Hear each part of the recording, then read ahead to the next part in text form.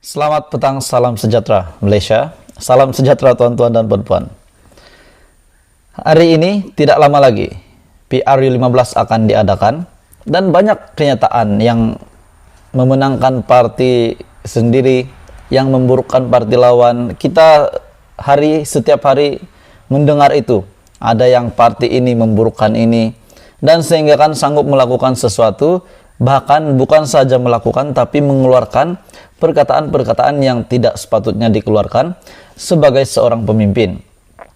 Sebagai seorang pemimpin, Anda dilihat di mata dunia, di Malaysia. Seluruh rakyat Malaysia melihat Anda sebagai pemimpin. Kepada semua pemimpin di luar sana. Kita digemparkan baru-baru ini daripada Perikatan Nasional, yaitu pemimpin daripada Perikatan Nasional membuat kenyataan yang sudah pasti tidak sewajarnya dibuat, namun sudah mengeluarkan kenyataan itu, dan rakyat ataupun pengundi sedia ada sudah pasti akan berpikir dua kali adakah mereka adalah pemimpin yang baik. Hari ini daripada Agenda Daily. Hari ini daripada biharian.com, PRU15, Muhyiddin mohon maaf kenyataan masuk neraka Ketua Pemuda PAS SIK. Kenapa nak cakap sampai mau cakap masuk neraka? Itu satu perkara yang tidak bagus, saya sendiri tak setuju.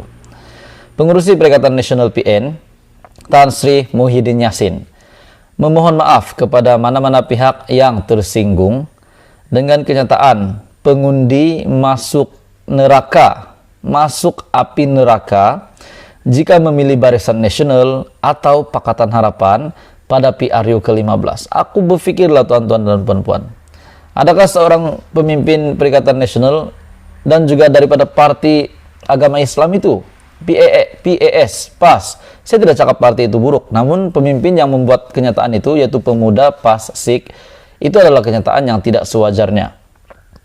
Muhyiddin berkata, seharusnya semua pemimpin Perikatan Nasional mengelak daripada mengeluarkan kenyataan sedemikian.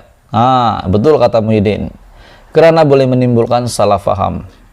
Katanya, mungkin mereka sudah mengetahui penjelasannya dan beliau sendiri juga tidak suka untuk membuat kenyataan seperti itu. Tak apalah, saya pikir mereka sudah mengetahui penjelasannya. Saya sendiri tidak berapa gemar buat kenyataan seperti itu. Yang penting elakkan kenyataan yang boleh timbulkan salah faham dalam kalangan pengundi, katanya selepas menghadiri dalam program Santai Anak Muda Johor di Dewan Terbuka Taman Sri Penggaram di sini hari ini. Muhyiddin berkata, pihaknya turut mengharapkan isu kenyataan oleh pemimpin pemuda PAS SIK itu tidak perlu diperbesarkan. Kepada rakyat Malaysia yang sudah mendengar, melihat kenyataan pemimpin PAS ini, pemuda PAS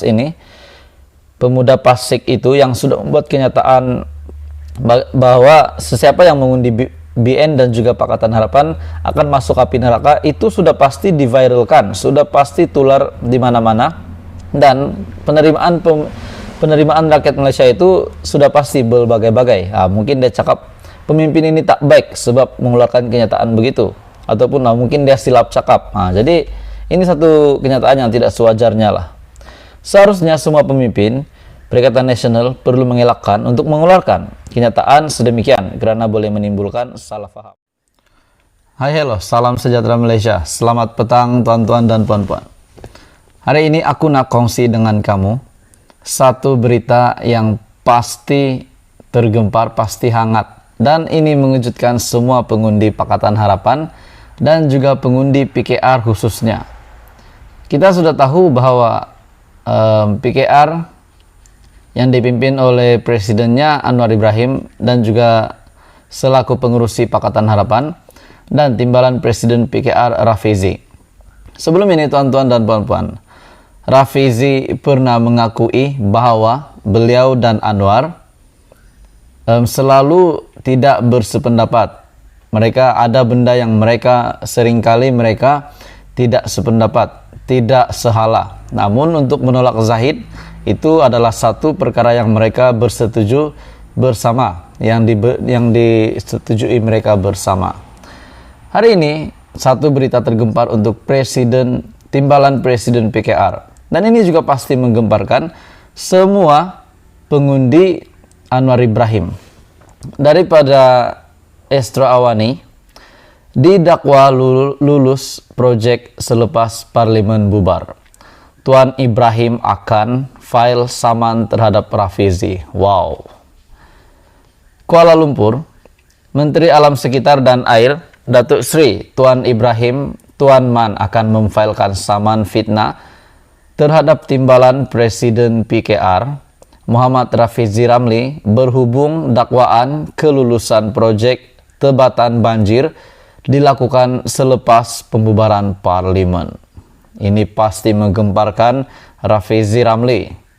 Menurut Tuan Ibrahim, Muhammad Rafizi yang mengadakan sidang media semalam kononnya bertujuan menjawab tuntutan yang dikemukakan olehnya sebelum ini dan memberi bukti kuku berkenaan dakwaan itu, namun hanya membuat tuduhan palsu serta penyelewengan fakta, berniat jahat untuk menjatuhkan reputasinya.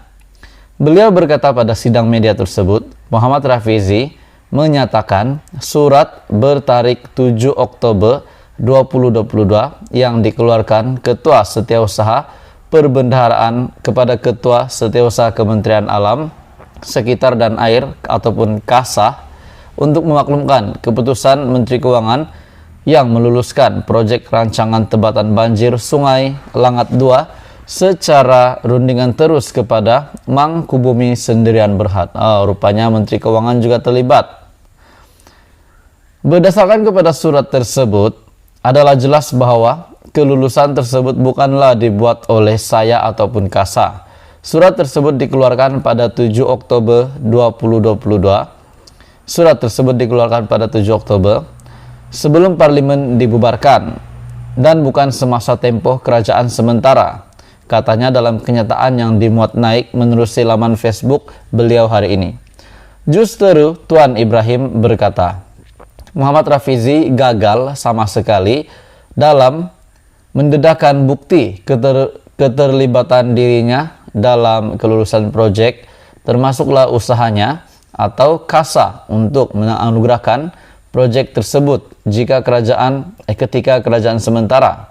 Tuan Ibrahim berkata beliau telah menyatakan dengan jelas bahwa dirinya tidak pernah berjumpa, berunding atau membuat apa-apa tindakan semasa tempo kerajaan sementara ke arah menganugerahkan proyek tersebut.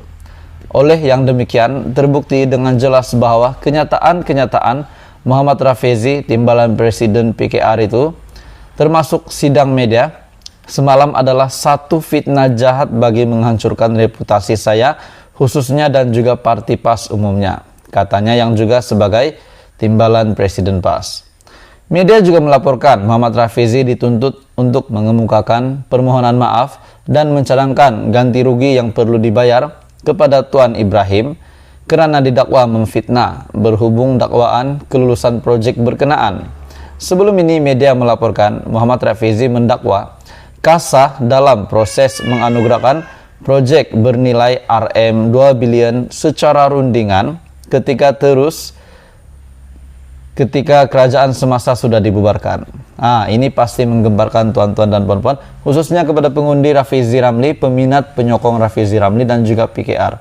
Jadi menurut Anda, adakah Rafizi Ramli pada ketika ini benar-benar akan disaman setelah Tuan Ibrahim mengeluarkan kenyataan ini bahwa beliau ini telah difitnah oleh Rafizi Ramli? Teruskan bersama di dalam channel ini. Didakwa, tajuk hari ini, didakwa lulus proyek selepas parlimen bubar, Tuan Ibrahim akan file saman terhadap Rafizi.